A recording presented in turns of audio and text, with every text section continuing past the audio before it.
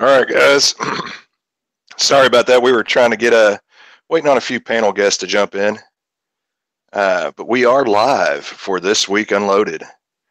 I'm going to go ahead and toss it to our host Rich and let him get us started here.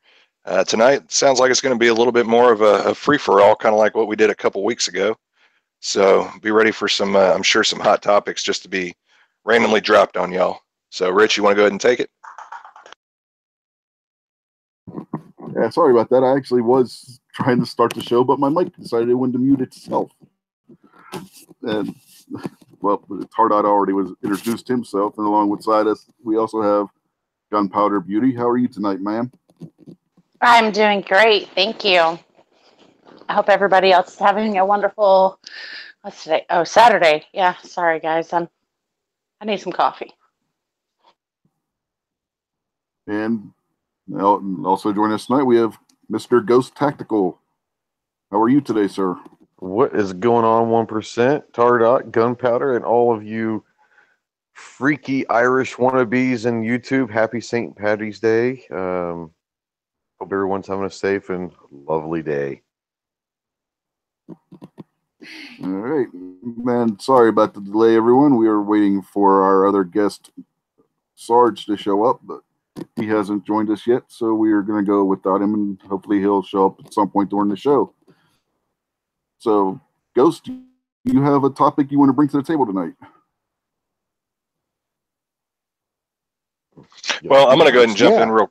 Oh, I'm going to jump in real quick, and I've got our Gun Channels Blitz. I'm going to go ahead and do a little break here from the intro, and then we'll toss it over to Ghost. So our Gun Channels Blitz tonight, and it's one I kind of made a decision on. I've emailed Gunpowder and Rich about, is Snowy North Gunslinger.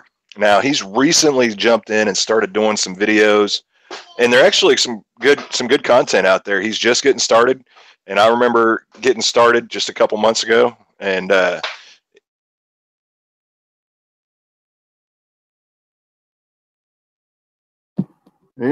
they go, joys of live television or the internet podcasting. Sorry, guys. Google likes to kick everybody off. Yeah. Anyways, like I was saying, so Snowy North Gunslinger, if I can get his link to pull up real quick, it's being kind of slow, so we may have to throw it in there here in a minute. But everybody check out his stuff. He's got some good videos coming down. He's talked about his EDC and a few other video ideas out there that he's had. I think he's got 3 to 4 videos right now, and so just check them out. And I will get the link in there as soon as I can once computers start speeding up for me. Other than that, I'll throw it over to you, Ghost. Oh, goody. No, I was just going to bring up last night I was invited to go to a town hall meeting, be one of the panelists there, and discuss school safety. And it was pretty cool. It was started by our local sheriff, and in our county we have 3 different school districts in our county, and we had the mayor from the 2 different cities. You had the resource officers from the different schools. You had the superintendents from all 3 schools, and then a representative from the local college, all there and talking about different things that could make our school safer and all that. And they had people asking questions and all of that. And a lot of it was brought up about mental health. Obviously, that was brought up. There was a lot that brought up about from different people asking questions to the teachers and the law enforcement officers, basically about prevention. But nothing ever was talked about the firearm side of prevention. They was all talking about building fences and electronic doors, which are all great because, there's not just one answer that's going to fix all this. It's a combination of many, many ideas. But all this came up, and I got kind of frustrated. And so at the end, I kind of asked if I could ask a question, and they it's kind of unorthodox, but I asked a question, and I basically kind of said that, I brought up the point that, the last 11 mass shootings in America have all been at gun-free zones. And I talked about, unfortunately, you're never going to stop evil. And when you're talking about school shootings and mass shootings in general, this is premeditated evil. This is not someone who showed up to school or showed up to Vegas without guns and found a gun and started shooting up. They went with guns with the intent to harm other human beings. So it's premeditated evil. And you're never, no matter what you do, you're never going to stop evil.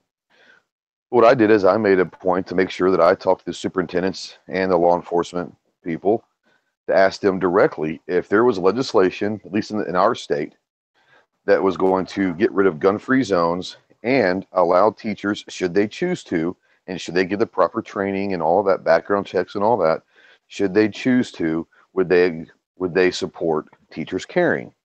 And it's pretty interesting. We had one superintendent that said no, she would not be interested in teachers carrying. But here's why. She has, their school district has gone and hired private security, armed security to kind of walk through the halls.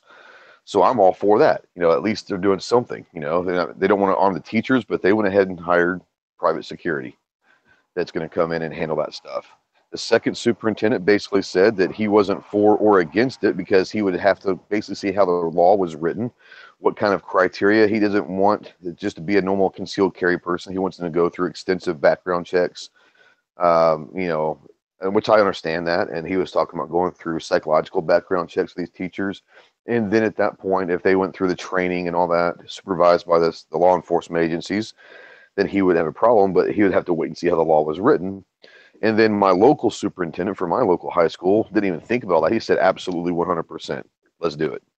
So it's kind of an interesting mixture of how people were reacting, how they weren't.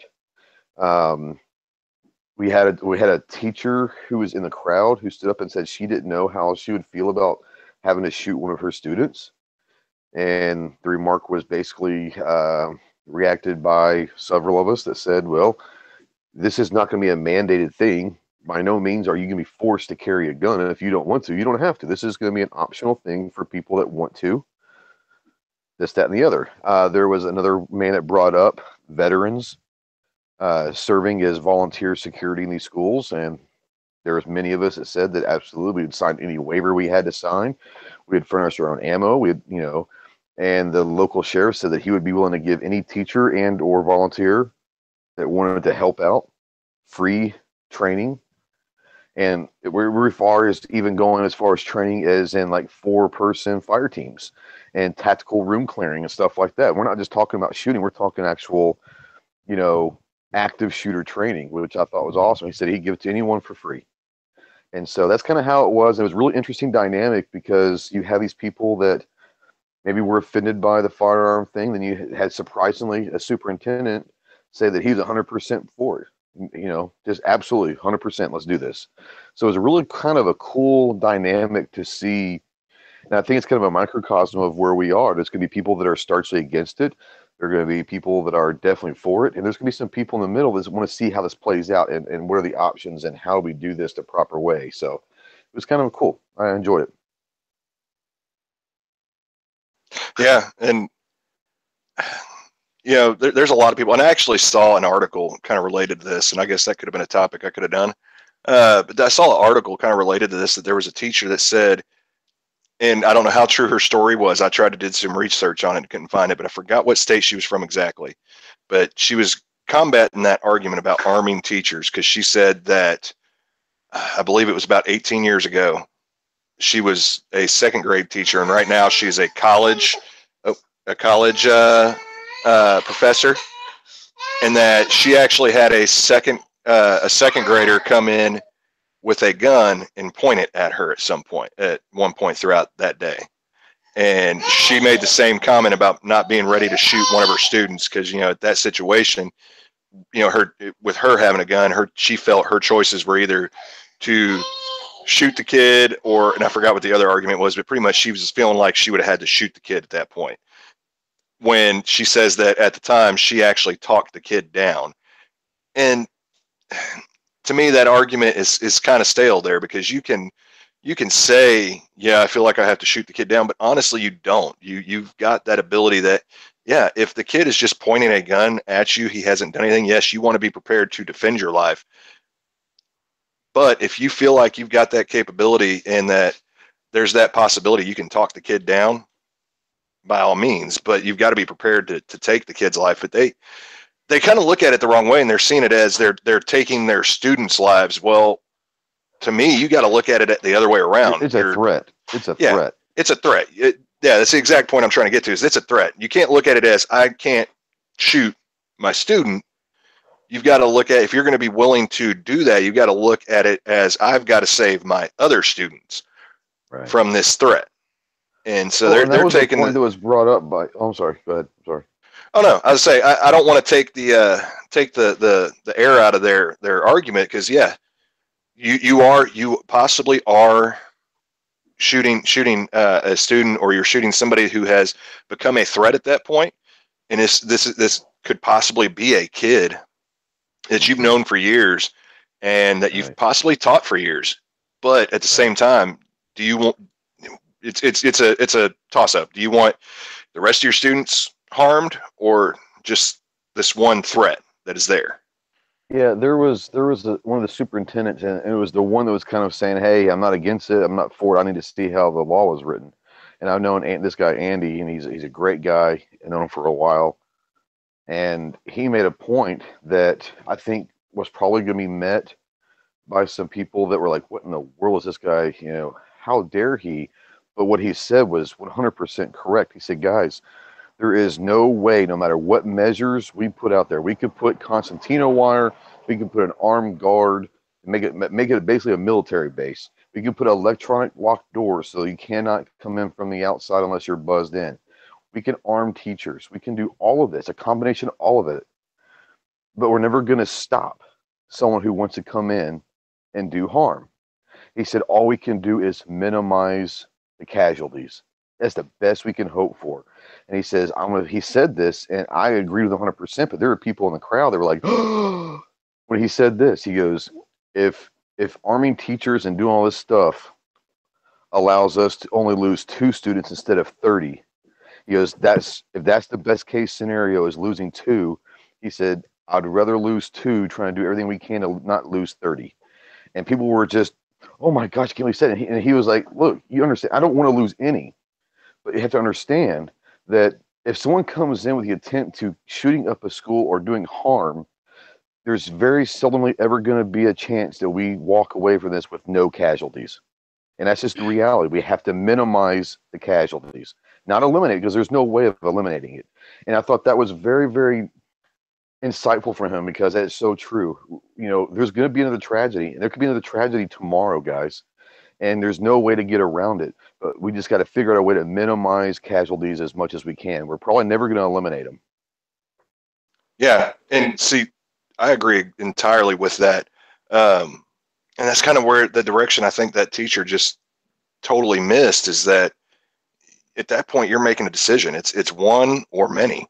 And I saw where Vanessa Kitty put a comment out there. I believe she's a teacher. And she had put out there that, my student points a gun at me, no longer a student at that point. And that's kind of, especially if you're going to be one of the teachers that's deciding to carry in school, sadly, that is the perspective you got to have. Because this teacher that I'm talking about that wrote this article, she had, her experience was from 18 years ago. And I hate to burst her bubble. 18 years ago is a lot different from what's happening today.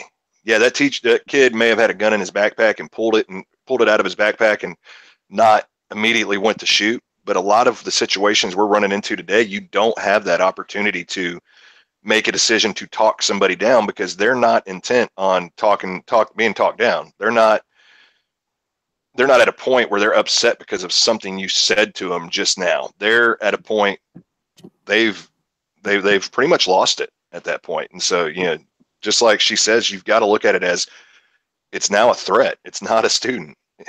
It's sad, but it is what it is. And I absolutely agree. That's the point, right? Oh, yeah. Oh, go ahead. Oh, no. I was just going to agree with them. Yeah. Yeah, I just agree with it. I don't want to sit there and sound cold or callous, but it is what it is. If someone is pointing a gun at you, if I was a teacher, I would sit there and be the same way. I would rather, take out the one that's pointing a gun than have another Florida incident happen where there's lots of students. And some people may get their feelings hurt over it or not see that side of it because it's another life. But that child took it upon himself to bring a gun to school and point it at his teacher. He was already in the thought of, well, I can just do what I want. Well, if you arm the teachers, that's going to sit there and make it so those students, one, hopefully the students will sit there and think about what they're doing and be like, well, my teacher could or could not have a gun, so I don't want to do that. But if the teacher is armed and a student still decides to be ignorant about it, then at least that teacher has the opportunity to protect not only herself, but the other kids in her class. Yeah, exactly. Once you have a threat in your classroom, whether that's you have to be prepared to defend yourself and them. And did I lose it? Yeah, a threat is a threat. It doesn't matter what age they are. A threat is a threat. And when it comes to the safety of our kids, us as parents, we're sending our kids to school hoping that, you know, it's supposed to be a safe place for our kids to learn. And nowadays, it's not even a safe place. You've got criminals who do not care about gun-free zones. You've got criminals who don't care that there's laws on you can't bring a gun onto campus or into a school or a church or other things. And so I'm excited that the teachers are able to arm themselves. Yeah, we just got to make sure that we have to start going after our state legislators, because that's going to have to be a state thing. That's not going to be federal. That's going to be a state, law. It's going to be state by state. So make sure that, especially if you're having, elections this fall, make sure you're cognizant of what the people that are running, what they stand for. And if they're going to have town hall meetings, if they're going to have these different public meetings to get to know the candidates, don't be afraid to ask those type of questions, because if you never ask them, then we're never going to know how they truly feel. And, we had a politician there last night, and a question was directed to him, and he refused to answer it. And so I had a talk with him afterwards, and he's a good friend of mine, and I helped him get elected the first time. And I said, look, what's your problem? And he said, well, I don't have anybody running against you right now. So the second I say something that could be controversial, I could have someone running against me. And I said, well, here's the thing. You're running against nobody and you're worried about losing. I said, you should be out there talking about what you believe in, and whatever happens, happens. If you're playing not to lose instead of to win, I said, that's worse than taking the wrong stand. So you have to be very careful what these politicians are trying to do and what they're going to be saying, and make sure you ask the tough questions if you get a chance to meet them in person before the election, because the last thing we need is to have someone go in office without knowing what they believe in. Oh, I agree. That's a good point, because most of the politicians out there play to win. They don't want to put their actual feelings out there because they're afraid of how much controversy there's going to be. And I mean, that really goes the same for, gun owners and pretty much everybody. There's so many people out there that are afraid to put their true feelings out there, except for the other side, and I don't even believe that a lot of the people on the anti-gun side really believe some of the things they say. They just say it. But, going back to talking about the arming of the teachers, the big thing is you've got to know, as teachers out there, you've got to know that you're going to have that ability ahead of time. Now, you're never going to know for sure if you're going to be able to take down any threat until you're in that situation. It's pretty much impossible to know for a fact that you are going to do that. But if you're one of these teachers that's like the one from the article, or the one that stood up at y'all's meeting, Ghost, that says, I couldn't shoot one of my students. Well, if you're looking at a threat as your student and no longer as a threat, you're right. You probably shouldn't carry, because you're not going to be able to defend your students. You're not going to be able to use it when needed.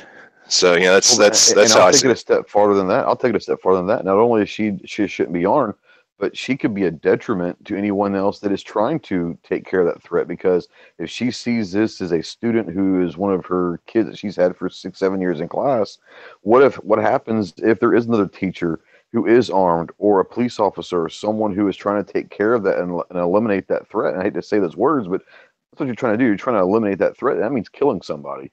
Is she going to get in the way of someone else who's trying to shoot him because it's one of her students and kids? I mean, not only is she not should be caring, but could someone like that be a detriment to eliminating a threat?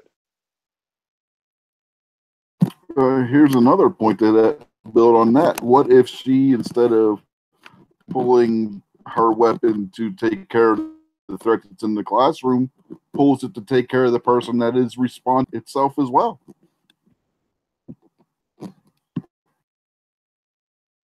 Exactly. I mean, like I said, someone like that who is afraid of violence, whether it's because they're just afraid of violence or they're afraid of hurting in their minds, this kid could be an 18-year-old kid, but in her mind, he could be that same 8-year-old kid that she had in third grade, that she taught in third grade. So if she's stuck in her mindset of, this is the 8-year-old kid that I remember walking into my room 10 years ago, she could be a detriment to the cause. And that's a scary thing. Yeah. And, we had a little bit of a similar conversation, I think a few weeks ago on here, and we were talking about arming the teachers and how we all felt about it. And I know one comment that came up was forcing teachers to be armed, pretty much, or they don't get to keep their job. Now, I'm really against that part of it, but I feel like if a teacher comes up and starts expressing a concern in the sense of, I couldn't take the life of a student because that's my student, I've known them for so long, and if they start giving that idea that, yeah, they could become a problem if a situation like that arises, that's something that staff at that school really needs to look at. The principal, the superintendent, all of them, they really need to look at, is this teacher going to cause us an issue if we do have, an active shooter situation? Because exactly like y'all were saying, if she tries to protect that student, or if she's willing to give, and that's the sad part of it. The sad reality is, if you're willing to give up one life for the 20 or 30 that are in that classroom or in the hallway or whatever, then you don't need to be in that school. You don't need to be a teacher if you're willing to do something like that. Oh, 100% agree. I mean, and going back to what you were saying about making it mandatory for teachers to carry their job, that could be the most dangerous thing we ever have, because you're going to have people that are completely inexperienced in firearm safety, completely inexperienced at shooting a gun, but you're going to have teachers out there that are absolutely petrified of guns. We don't want those people carrying. We only want the ones that are probably already concealed carry holders, are somewhat trained as far as they're proficient with a firearm, and they're willing and able to go get extensive additional training on a regular basis. That's who we want. And so I think that if a piece of legislation comes up talking about mandating teachers, that's dangerous, because like you said, we're talking about someone that, let's take it a step further. What if this same person who doesn't want this student to be shot is mandated to carry a gun? Okay. Is she going to is she going to draw her gun and try to shoot the police officer that's trying to shoot that student now? I mean, we don't know how far it could go. I mean, that's the thing is we have to make sure that the people that want to carry can. If you don't want to, that's fine, but we need to have some sort of an active shooter drill in place where, if you are carrying and you want to be part of the solution, then there are things that we can do tactically to fight an active shooter. If you are afraid of guns and you're afraid of people getting shot and students being shot, then you are not to ever leave your classroom whatsoever. Because if you walk out in that hallway and you see that person, not only are you going to cause danger to other people, but you might get shot too. Because remember, this student is no longer your student from 8 years old. He's looking to kill someone, so he's just as easy to kill you, even though you're trying to be a friend to him, than he is anybody else. He's not there to pick and choose. He's there to kill anyone he can get his hands on, or she's, she's going to put herself in danger, So You know, I think it has to be, if you don't want to be involved in the solution, then by no means are you allowed to leave your classroom. You take care of your kids in your classroom and you stay in there and do not come out, period. Absolutely. After the Florida incident, there was, I can't remember what school it was in Texas, but there was over 30 teachers that ended up going to this training day um, to get their concealed carry license and to sit there and pick up guns and be able to actually get that hands-on experience. And a lot of them, they had said, you know, they've never shot a gun in their life, but after the tragedy in Florida, it made them realize that criminals don't care about gun-free zones, and they wanted to be able to protect themselves and their students. And so 30 plus teachers went on a Saturday to some range that was offering free training for the teachers of the school districts around them. And just to see these teachers sit there and they are willing to put most teachers are willing to put their life or give up their life to protect their students. And now they're giving themselves the opportunity that we can sit there and protect our students and we don't have to give up our life. We can sit there and get the extra training and be able to just sit there and know and have that kind of sense of security that you don't have to wait on the cops. And if, you know, like in Florida, you sit there and call the cops and the cops don't do their job. And so for them, it was really one of those wake up moments of I can either wait for someone else to protect me or I can protect myself and my students. And just seeing these teachers go out on their day off and go get the training because it was offered by the school. This range was offering free training and they were taking the steps to become concealed carry so they can protect themselves and the students. It was an amazing thing, and I really wish that I could remember what school it was, but that was awesome because a lot of them hadn't picked up a gun a day in their life, but after recent tragedies, they're like, you know, this is a real threat, and this is something that is happening in society and around the world. We need to do something about it.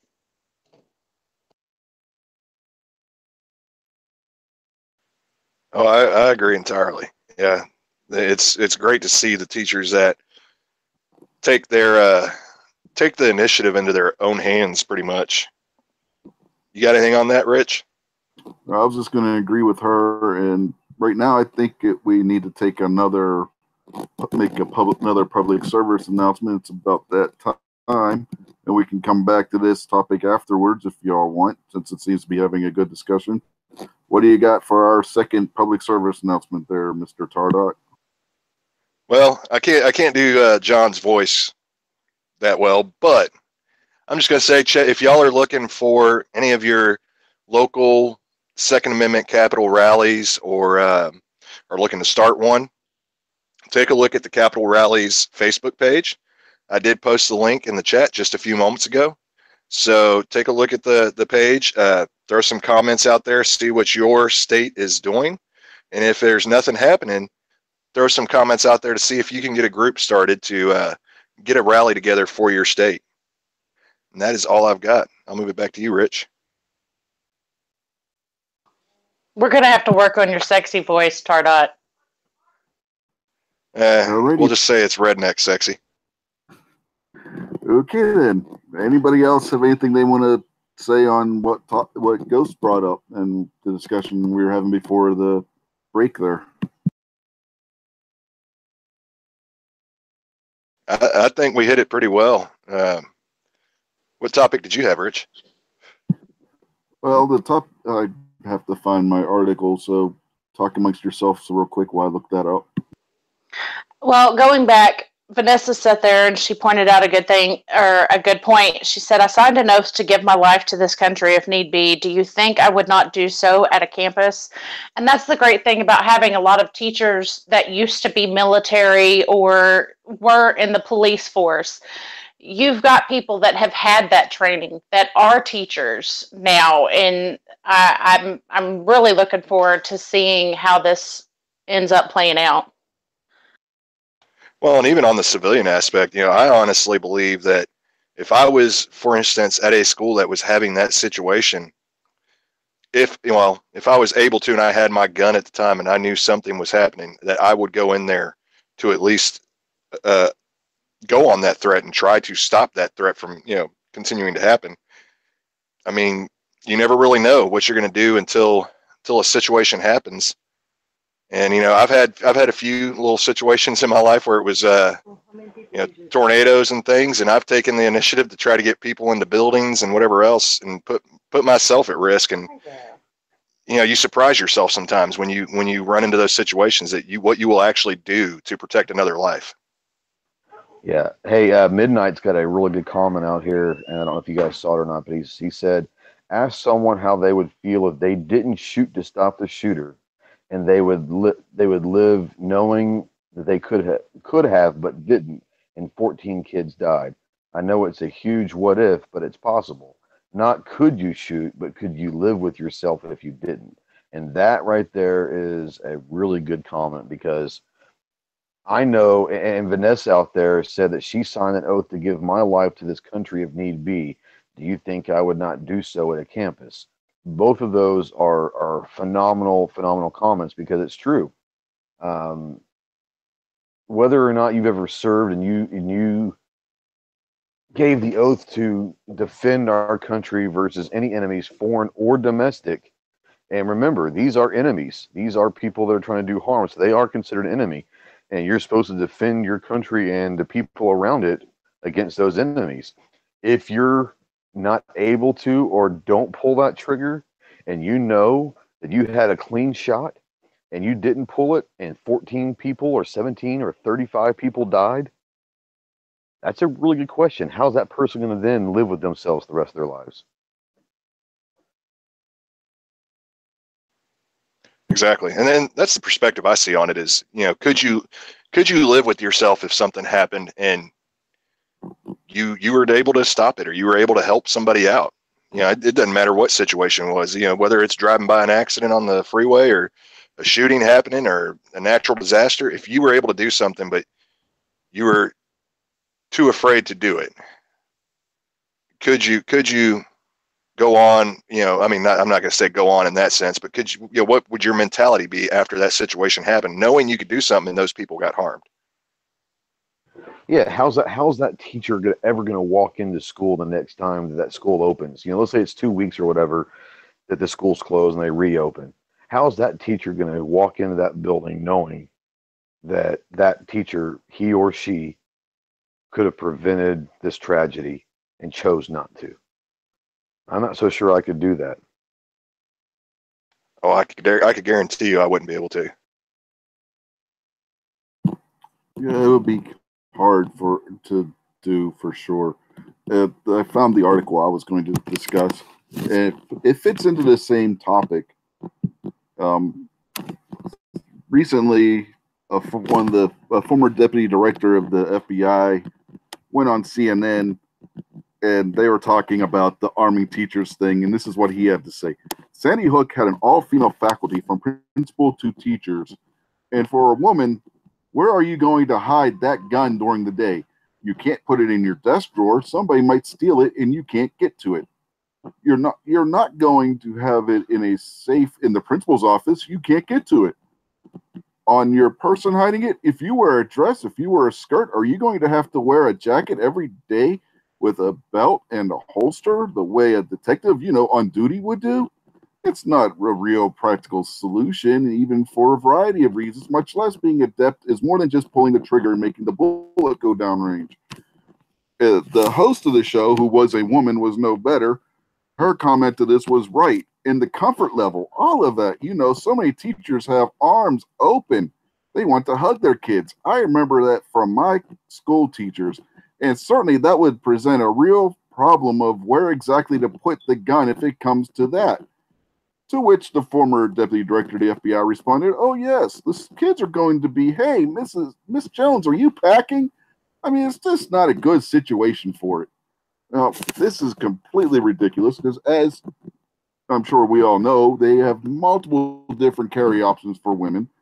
Sarge and I, while we were having our production meeting last night, were discussing this part, which is upsets me that he's not here, so that he could weigh in on this as well, because he actually runs a firearm instruction class once a month. And there are multiple different ways. Sarge brought up the point, like in the discussion, about how if you look at how all the different methods that they have now for women, they actually have more methods for concealed carry than men do. Anybody, what are your thoughts on the subject?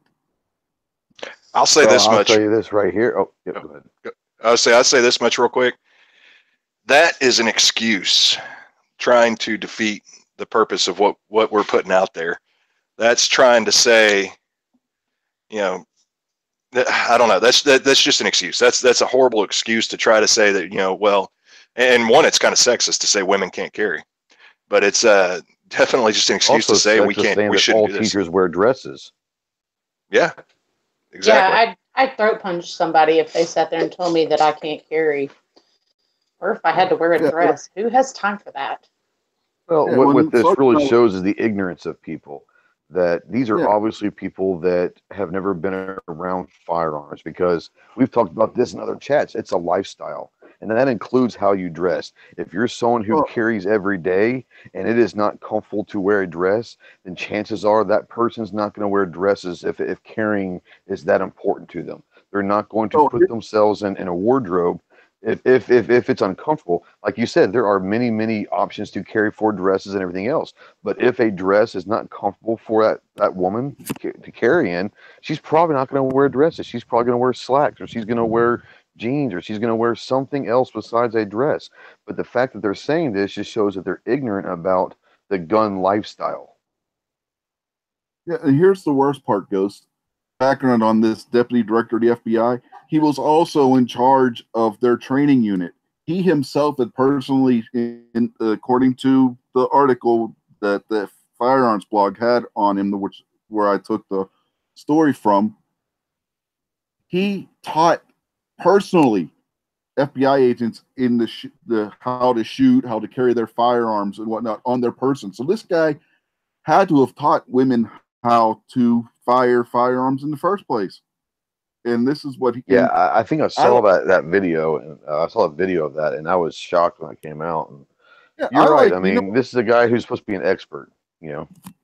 Yeah, and when Sarge and I were talking, I likened this to like the old movies, and when you watch them from like the 30s, 40s, and 50s, where they're making fun of women drivers. It's the same mindset, only this time instead of a car, it's a gun. And I'll liken this to the whole full semi-auto guy. I mean, they know better. It's an agenda that's there. But you know, there's some comments out there like Vanessa Kitty saying she'll wear whatever she has to be able to carry. And she actually put out there that she can wear a leather skirt and carry more pieces than you might imagine. Listen, there's lots of leg room. If you've got the equipment to hold it up, you can sit there and put as many as you want on there. And honestly, one perspective on this too that I was going to throw out there is they talk about how a student sitting there and looking at a teacher and going, "Are you packing?" Well, that's kind of society's fault right now that a student would feel the need to really address that frequently. And you know, I answer, yes, I am. You have a problem with that? Exactly. And when it comes down to it, we've demonized the firearm so much that it comes down to, now a student's going to see that and feel afraid or feel like they need to make a comment or say something because we've demonized the society has demonized it so much. But yeah, exactly. If they're going to say, "Hey, are you packing?" Yeah, it's for your safety.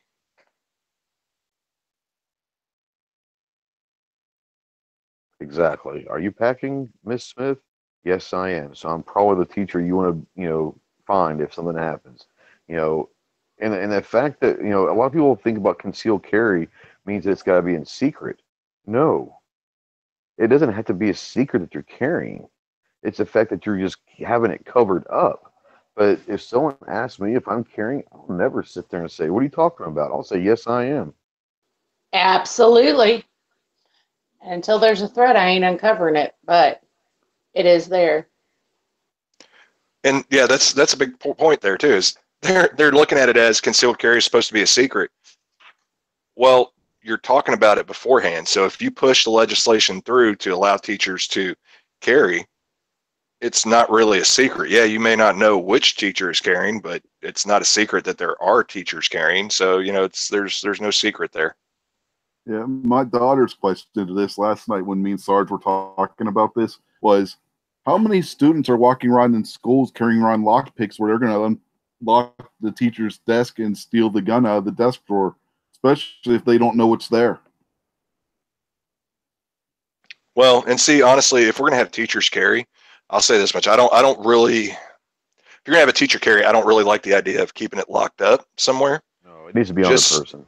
Yeah, it's the same idea that a lot of people push out there about purse carry and everything, that you're gonna sit down the purse. I'm not arguing and that. Walk away from it. I'm arguing against the assistant FBI director's first point where he said, "What are you going to do? Keep it in your desk drawer so it can be stolen?" Oh, exactly. Yeah, That's what I'm arguing against. Not that they should keep it in the desk drawer, but what if they did? Are there kids carrying lockpicks to unlock the desk drawer to get it out? Right. Yeah, I was about to say, I mean, most teachers' desks, well, at least every teacher I've ever had, their desk actually locks. So unless a kid is coming to the school and knows how to pick a lock and has time to pick that teacher's lock without being noticed, I don't really think leaving it in the desk is going to be an issue. Well, and I'll add something to that right there. Those desk drawers do lock. But if it's a responsible firearm owner, which most of these people who would carry in school and teachers would be, you don't think they're just going to put it in their desk drawer, do you? They're probably going to have a lockbox inside of that locked drawer. So exactly. By the time that student breaks into that drawer and tries.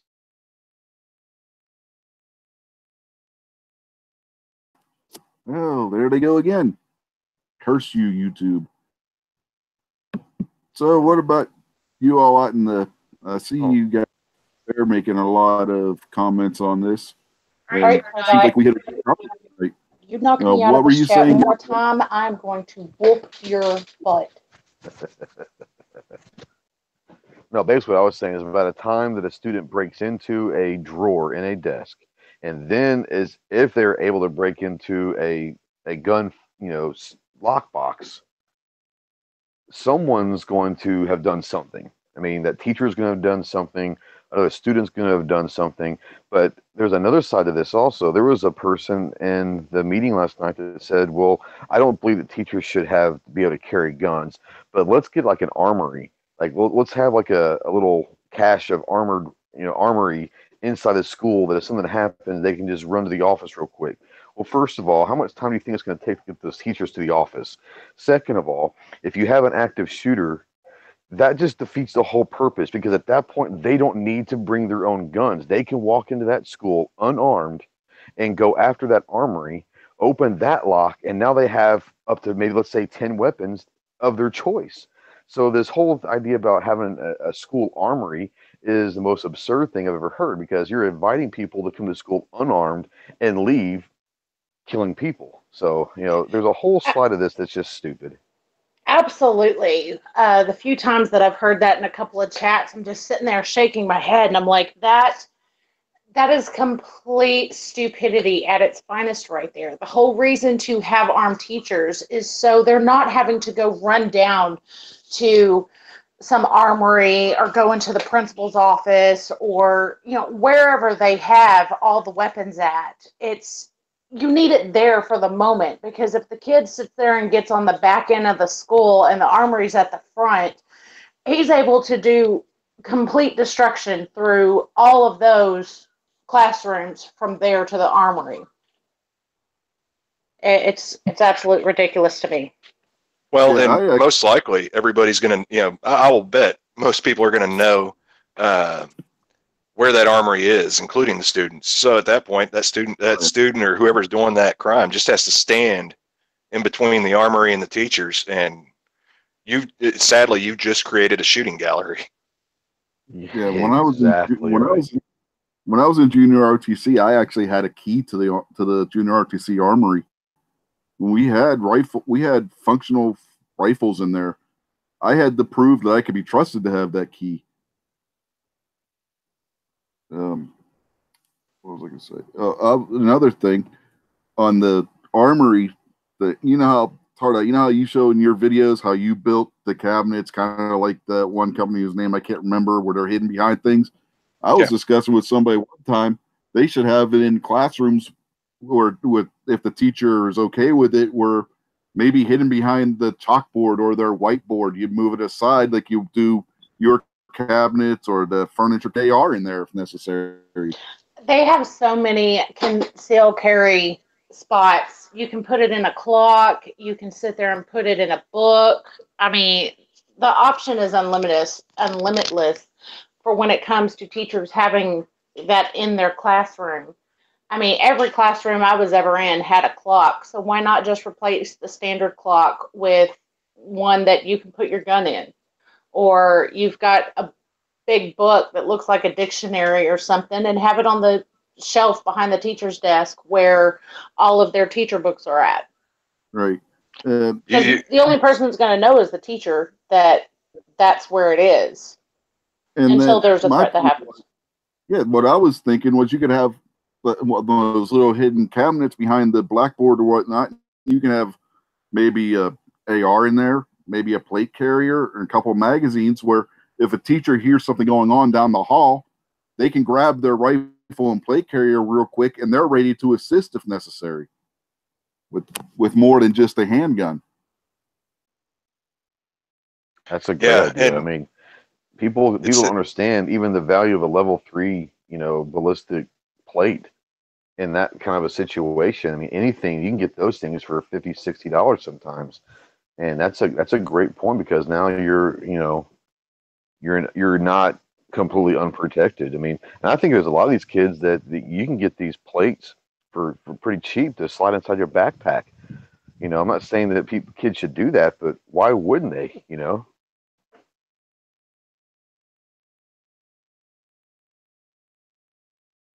Yeah, I was gonna say, when Rich brought up that about the blackboard flipping over, or opening up, all I can think is, the movies where they have like the little consoles that they just flip out and have like this armory on the other side of it. It's just the first thing that came to mind. A little John Wick blackboard, that'd be sweet. Yeah. But yeah, and I think, really, there's all kinds of solutions they can have, but it's still, in the end, I stick with, and if I was involved in any local arguments that some of this stuff was brought up, my first thought to them would be, do you really want to stop the incident from happening? Because if you really do, if you want to stop the tragedy from happening, you're going to have the teacher keep that gun with them at all times. And you're going to give them the correct training so they know how to identify a threat, and they're keeping their heads on the swivel. And they know because I know a big fear that a lot of people have brought up, and there's been some articles and stuff I've seen where they're talking about a teacher having a gun and they get disarmed. Well, that teacher, if they have the correct training, they're going to know how to keep themselves from being disarmed. Is it going to be perfect every time? No. But I can guarantee you the majority of the time, they're going to be able to stop themselves from being disarmed if they've had the correct training. And if their head is on a swivel and they're aware of what's going on, they're going to know that there's somebody coming at them to get that gun or to attack them. And so they'll be ready to respond at that point. I agree 100%. All right, so we're coming up on top of the hour. Do we want to keep going on any more topics, Rich?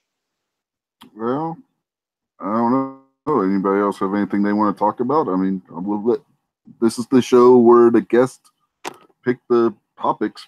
Well, I do want to throw out there. It was brought up last night, and for any of y'all who saw Clearing the Chamber earlier, to look at, there's the hashtag Why I Carry that's going on out there, and I really would like to see a lot of people, especially if you're a concealed carrier, or if you just carry, if you're in a state that allows you to open carry, to really participate in that. And the big comment that was put out there when Clover brought this up was, we need to make sure we're doing a positive impact with this. Take pictures of cleaning your gun, or, if you're carrying your gun, just take a picture, before you go out. If you're concealed carrying, or if you're open carrying, just take a picture while you're out there to where you can see it. I know Gunpowder was making a comment earlier. about taking pictures of our kids and putting it out there and pretty much saying, this is why I carry. And, you know, I already did. Yeah, something positive to that extent, to where we're not sitting there trying to argue and fight with the other side, that we're just putting the information out there. This is why we carry. This is why, one of the reasons why we have guns. It's not going to be necessarily the only reason. There's so many reasons that all of us own guns, but this is one of those reasons. When it comes down to defense, this is the reason. You know, you can put a message out there about if you run into one of those situations where there's I'll try not to cuss, SHTF situation, and you've got to have a gun, you have it with you. You know, it's keeping it positive. Just keep the message positive, so that way the people on the middle ground don't feel like we're attacking them. Yeah, we all said it plenty of times, we're not going to reach the anti-gunners most likely, especially if they're staunch anti-gunners. They're set in their ways. But the positive information can help pull those people from the middle back over to our side, or just to our side in the first place. And I think I forgot to say, you can look, I'll put in a link to Clover Tech's page. He has the flyer, I guess you could call it, about why I carry, that somebody created. And I don't know, I haven't seen where this was created at. Well, Clover converted it over to a JPEG, but I don't know where this originally started at. But I don't think anyone actually knows, because he found it somewhere in social media also. So I don't even know if we're really sure who started. But I will. It was brilliant. Yeah, I will post that in there. And, you know, big thing is take the time to do it to once a week, or, you know, this movement particularly is for next weekend, the 23rd through the 25th. They're wanting to see a big movement on why I carry. But as far as owning guns, we got to stay visible. Put the information out there every week. If you want to do it every day, like a lot of us do that are content creators, put it out there every day. Just get on a schedule and put some information out there. You know, if you're cleaning a gun, do a picture or video of your gun while you're cleaning it, or however you want to do it, and just talk about the gun you have and post it on your Facebook page. If you're not a content creator, doesn't mean you can't be involved in this. You can actually go out there and just put this information out on your own personal page. You know, don't be afraid to put it out there. Now, like Clover said and Ghost has said, and I think I've said before, Gunpowder, everybody, you know, when you go to put that information there, understand there may be some people that you're friends with, and you'll probably know who those are, that are pretty staunch anti-gun. And when you put that out there, they're either going to drop you as a friend on Facebook, or they're going to just try to argue to death with you, which I know Gunpowder has had a lot of experience with that one. Me, not so much. Yeah, I've had experience, but the best thing that I can give advice on dealing with that is just know that some people are going to be stuck in their ways, and they're not going to be open for conversation. So you just sit there and show them respect. Don't sit there and, you know, make them think that you're a crazy person. But if they block you, don't worry about it, because, you know, you may not be everybody's cup of tea, but you might be somebody's shot of whiskey.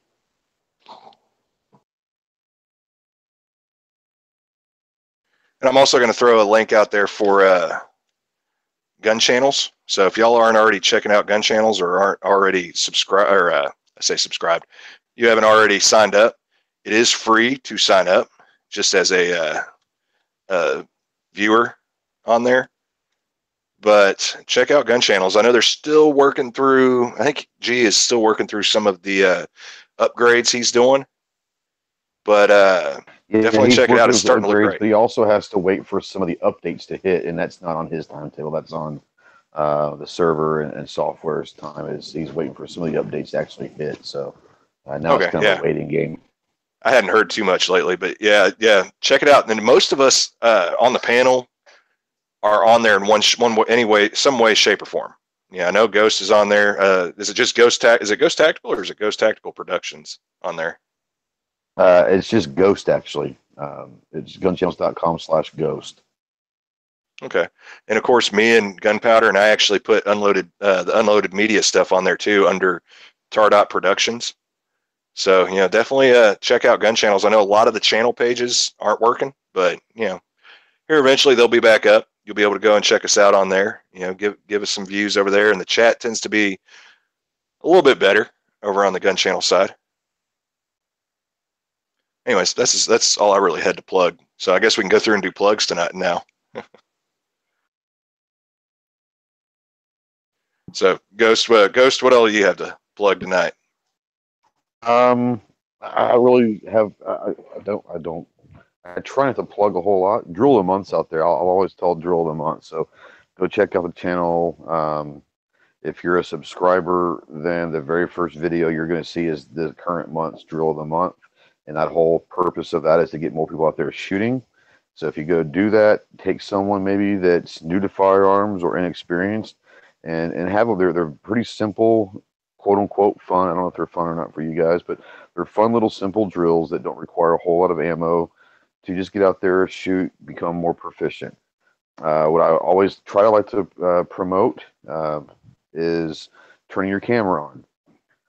We've had a large influx of creators come up in the last few months that has been amazing, and we need more. So if you're out there and you have any sort of inkling to turn your camera on, don't worry about your camera. Don't worry about the quality of video. Don't worry about editing. Shoot a video. Speak your mind. Be honest to who you are. Tell people what you think. And if you get 3 people to watch, that's 3 more people you had than yesterday. So don't ever be afraid to turn on a camera. And if you ever need any help, get a hold of me anytime, day or night, and I will help you. So turn the cameras on, guys. Definitely. And I talked about that earlier on Clearing the Chamber. The more people we have putting information out there, the more people we're going to hit. So definitely, if you've got an inclination to do that, take the opportunity and just get started. Don't worry about trying to be polished and edited. Just throw it out there, and I can guarantee you'll start seeing some viewers come in. And anybody you can reach, that's just one more person. Gunpowder, what do you got? Don't forget, guys, tomorrow at 8:30 Central Standard Time, we will be having Gun Gals on the Gunpowder Beauty channel. And thank you all for joining us. And if you find content creators that you enjoy the content that they are putting out there, go check out patreon.com, because 9 times out of 10, they have a Patreon account, and that is how we can get out and support each other's channels and keep producing great content. Well, I'll go ahead and throw something out there, and I'll toss it to you, Rich. Just make sure, like I said, gun channels, but check me out at me and Gunpowder on www.tardotproductions.com. I know Gunpowder is looking to get her blog going a little more full steam here lately, and I'm trying to get better about doing blogs. I'm just really bad about sitting down and typing up blogs all the time. I usually have gotten to the point where I'd almost rather just sit and shoot a video and say it rather than type it out. So definitely check us out on there. And I believe Gunpowder has her Patreon page. Tardot357 is on Patreon. So if y'all are interested in helping the channels, I'm not going to say go and donate all this money, but a lot of us have like $1, $5 levels. And if you do feel like you want to assist on getting the pages, improving the content that's out there. I know the majority of us that do have them. I'm not going to say all, but the majority. That's what that money goes to. It's not paying us to do anything. I don't look to make any income on YouTube at all. I just look on to continue doing this and improving the content that I put out to everybody. And I know Ghost feels the same way. Same with Gunpowder. And the quality of content. Literally every cent of that money back into the channel. Literally every cent. And just like Ghost and Clover and a lot of people do, if you look at a lot of the videos I have on my page, I try to put it out there to make sure y'all see, that any money that I do get or have that I can put into the channel, that goes into this channel. I've been buying a lot of equipment lately for Wanted Maker and getting started for that. And of course, next year I'm not going to say we're planning. We are going to SHOT Show. We're going to make that it's definitely going to happen next year. And so that's where a lot of this money goes to, is getting gear and everything else, so we can bring that type of content to everybody and show y'all what y'all want to see. I also almost forgot. Anybody that wants to go check out the tar.productions.com, if you go to the shop, the Cover Your Tactical Nipple shirts are up and going. It is awesome. So go make sure you get a shirt that says Cover Your Tactical Nipple because it's awesome. And I can't wait for mine to get here so I can wear it to Tulsa. Yeah, and we do have several shirt designs on that. So Rich, you want to close this out, man? Yeah, I don't really have anything to promote, but I will say if anybody wants to be a guest on a future episode, I'm going to throw our email out there. Just send us an email, and we'll go through them, and we might not be able to have you on next week, but we'll add you to a list of potential guests in the future. So, send us an email, and let us know. And with that, we'll call it a night. Yeah. Unless somebody else has something to say on that. Well, I'll throw out one last part to that. A lot of the shows that I know, and I put this out there earlier with Clearing Chamber. If there's anybody interested, especially if you are a content creator, feel free to email me. I'm not against having somebody on the channel.